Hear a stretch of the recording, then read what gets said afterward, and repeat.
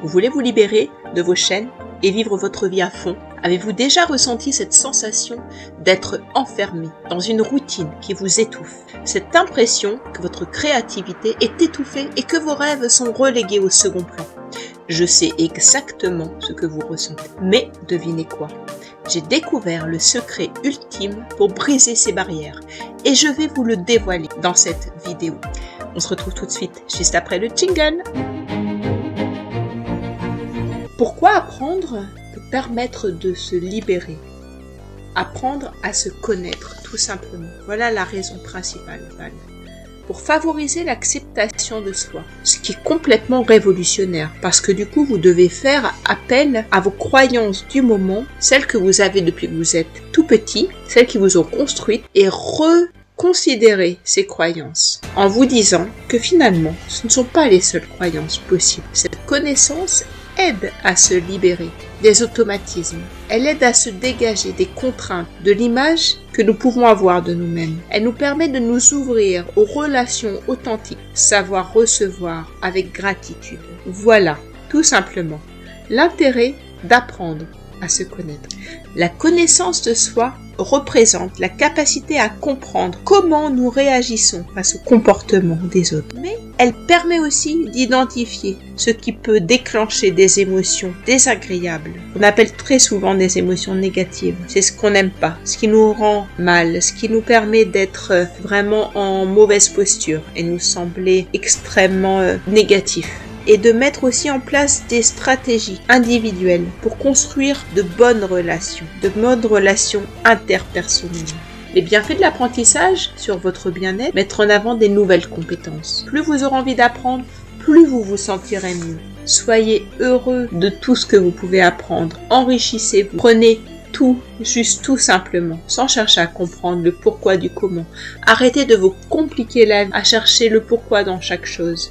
Prenez juste ce qu'il y a à prendre. Il y a des avantages, évidemment, sur le plan mental, émotionnel et physique. Le fait d'apprendre nous permet de grandir un petit peu plus chaque jour vers qui nous pouvons être. Il y a aussi quand même, et c'est important de le dire maintenant, des obstacles à l'apprentissage. Régulièrement, des manques de temps. On est tous pris par le temps et la vie qui va en toute vitesse à 300 à l'heure. Et voilà l'un des obstacles sur lequel il faut juste poser sa pensée. Vous arrêtez un petit instant et vous dire, qu'est-ce qui est compliqué? Pourquoi il y a autant de choses dans ma vie à réaliser? Pourquoi je dois être en même temps une femme, une mère au foyer, un homme en action? Répondre au niveau de mon travail à des exigences. Répondre au niveau de la société à d'autres exigences. Pourquoi en termes de personnes, je n'arrive pas à me trouver pleinement épanouie? Voilà des obstacles. On est dans un univers où sans arrêt on n'arrête pas de se questionner. On se questionne pour tout, pour rien, parfois sûrement trop. Mais l'idée est de trouver des solutions pour surmonter ces obstacles. Tout est une histoire d'équilibre, vous l'avez bien compris, entre l'intérêt des bienfaits de l'apprentissage pour votre bien-être et tous ces obstacles à l'apprentissage qui vont sans arrêt vous mettre des freins en vous disant « Non, non, non, tu ne peux pas aller prendre soin de toi ». Arrête d'apprendre parce que apprendre trop te permet d'avoir trop de réflexion et trop d'envie d'être libre. L'idée est vraiment de trouver l'équilibre entre l'apprentissage et votre liberté, entre l'apprentissage et tout ce qui vous freine. L'équilibre entre la charge de travail et votre temps libre. Soyez attentif à ce qu'on appelle le blurring. Le blurring, c'est cet état de confusion. À l'heure du numérique, très facilement, on a nos téléphones portables, nos ordinateurs branchés 24 heures sur 24. Résultat des courses, on quitte le travail à une certaine heure, mais on recommence le travail à la maison parce que les mails continuent d'arriver, les SMS continuent d'arriver. Trouver l'équilibre peut paraître une évidence en soi, on est tous d'accord là-dessus. En réalité, c'est largement beaucoup plus compliqué.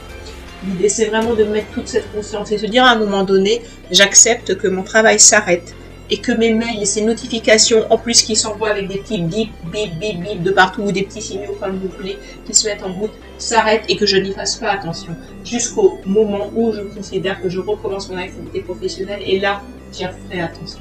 En attendant, mettre des moments où votre vie personnelle, elle est la vôtre, elle est celle pour vous épanouir, vous pleinement, personnellement, prendre soin de ceux qui vous sont chers, vos proches, et puis que votre travail n'est pas toute votre vie. Parce que si vous pensez que votre travail est toute votre vie, malheureusement, je pense que vous finirez par être extrêmement malheureux, d'autant plus dans des moments où vous n'aurez plus d'activité professionnelle et là où votre vie du coup s'écoulera maintenant. Mettez en avant davantage dans votre vie différents centres d'intérêt pour pouvoir apprendre à chaque instant et vous dire que chaque chose peut être une nouvelle aventure.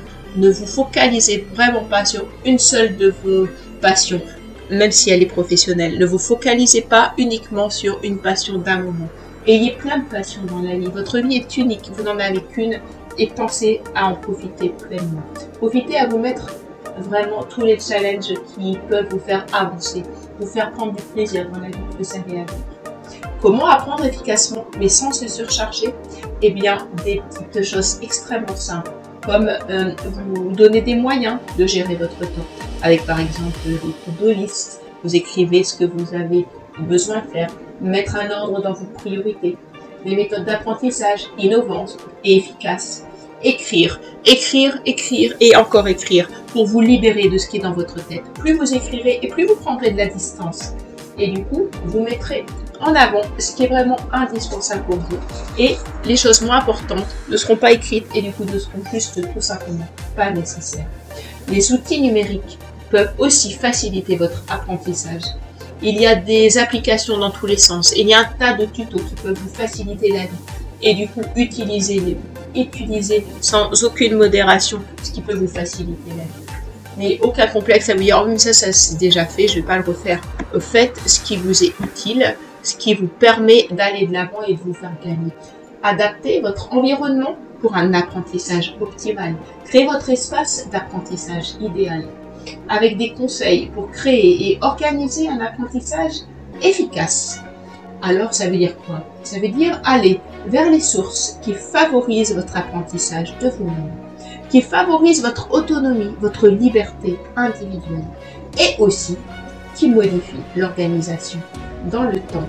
À tel moment, je fais telle chose. À tel autre moment, je fais telle autre chose. L'idée, c'est que vous fassiez un tableau pour que vos apprentissages, au fur et à mesure, puissent être rangés dans des cases pour ne pas vous épargner. L'astuce révolutionnaire pour apprendre sans se surcharger, c'est la méthode 20/80. Qu'est-ce que c'est que cette drôle de chose? Eh bien, c'est tout simplement une méthode pour apprendre sans surcharge qui repose sur la notion de base de si ça vous permet de vous concentrer sur 20% de vos actions, vous saurez que vous finaliserez au final 80% de vos résultats. Alors, pour résumer, qu'est-ce que ça veut dire plus précisément? Pour maximiser vos résultats, il vous faut absolument identifier les tâches essentielles à réaliser. Arrêtez de vous donner des tâches qui finalement ne sont pas indispensables. Donnez-vous du temps vraiment pour le plus important. Et éliminez ce qui est inutile. Dans un premier temps, vous pouvez très bien vous imaginer que rien n'est inutile. Mais lorsque vous y ferez davantage d'efforts et que vous mettrez davantage de conscience, vous pourrez très bien vous dire oui, mais en fait ça, non, c'est pas l'essentiel. Et du coup ça, oui, c'est l'essentiel. Et au fur et à mesure, écrivez les choses sur papier, noir et blanc, et vous pourrez faire un tableau, le plus, le positif, le moins, le négatif, et vous réussirez à trouver l'équilibre 20/80. Autrement dit, vraiment, si vous vous concentrez sur 20% de vos actions, que vous finaliserez, vous arriverez à avoir 80% de vos résultats. Et oui, je vous le répète, 80% de vos résultats en vous consacrant uniquement sur 20% de ce que vous aviez de trouver d'essentiel. Ça vaut franchement la peine d'y réfléchir et de mettre en avant les moyens qu'il faut pour y parvenir. Une autre astuce, l'apprentissage, que ça soit une routine d'apprendre. Ouvrez-vous à chaque moment possible et inimaginable dans votre quotidien toutes les sources d'inspiration et d'apprentissage. Vous pourrez ainsi apprendre à chaque moment de votre vie. À chaque instant, vous aurez cette possibilité de vous dire que oui, ah, ça c'est vrai, je peux le voir comme ça et j'apprends ça de ça. Tirez des conclusions de chaque chose que vous pouvez. Voilà. Donc maintenant, pour prendre des pauses régulières pendant votre journée, par exemple, pour vous détendre, eh bien, imaginez-vous que cela vous fera gagner. Vous ne perdrez aucun temps à prendre des petits moments de pause comme ça. Des exemples comme par exemple une bouffée d'air pur, une respiration pleine conscience, vous concentrez sur votre façon de respirer. Regardez par exemple une image reposante, propice à s'évader. Bref, autant de possibilités de faire des petites pauses régulières tout au long de votre journée si vous voulez véritablement avoir l'esprit disponible et d'éliminer de votre vie cette surcharge mentale trop présente. Alors, vous pouvez également bien évidemment faire de l'exercice, le plus que vous pouvez. Mais parfois on imagine des choses extraordinaires.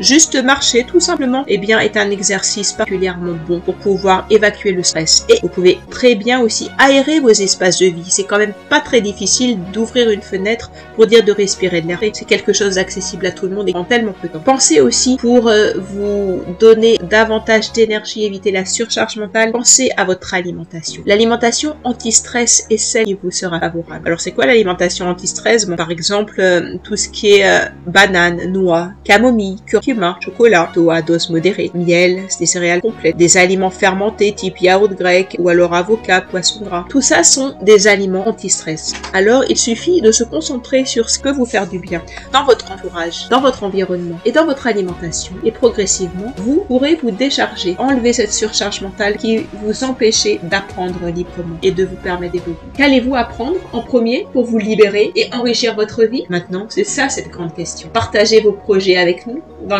les commentaires. N'hésitez pas à nous dire ce que vous avez envie de mettre en place pour vous. Racontez-moi ce qui vous tient vraiment à cœur et ce que vous avez envie de mettre en place pour transformer votre vie. Maintenant, c'est à vous de jouer. C'est à vous de jouer pour transformer votre vie maintenant. Vous avez toutes les clés en main. Alors, abonnez-vous à cette chaîne pour ne rien louper. Partagez cette vidéo autant que vous le voulez aux personnes qui pourraient en avoir besoin. Et puis, je vous dis à très vite. Pensez qu'apprendre est une belle motivation pour aller toujours plus loin, toujours mieux. Il est temps maintenant d'arrêter de rêver et passer à l'action. Vous pouvez réaliser vos rêves. À vous de jouer. Prenez soin de vous.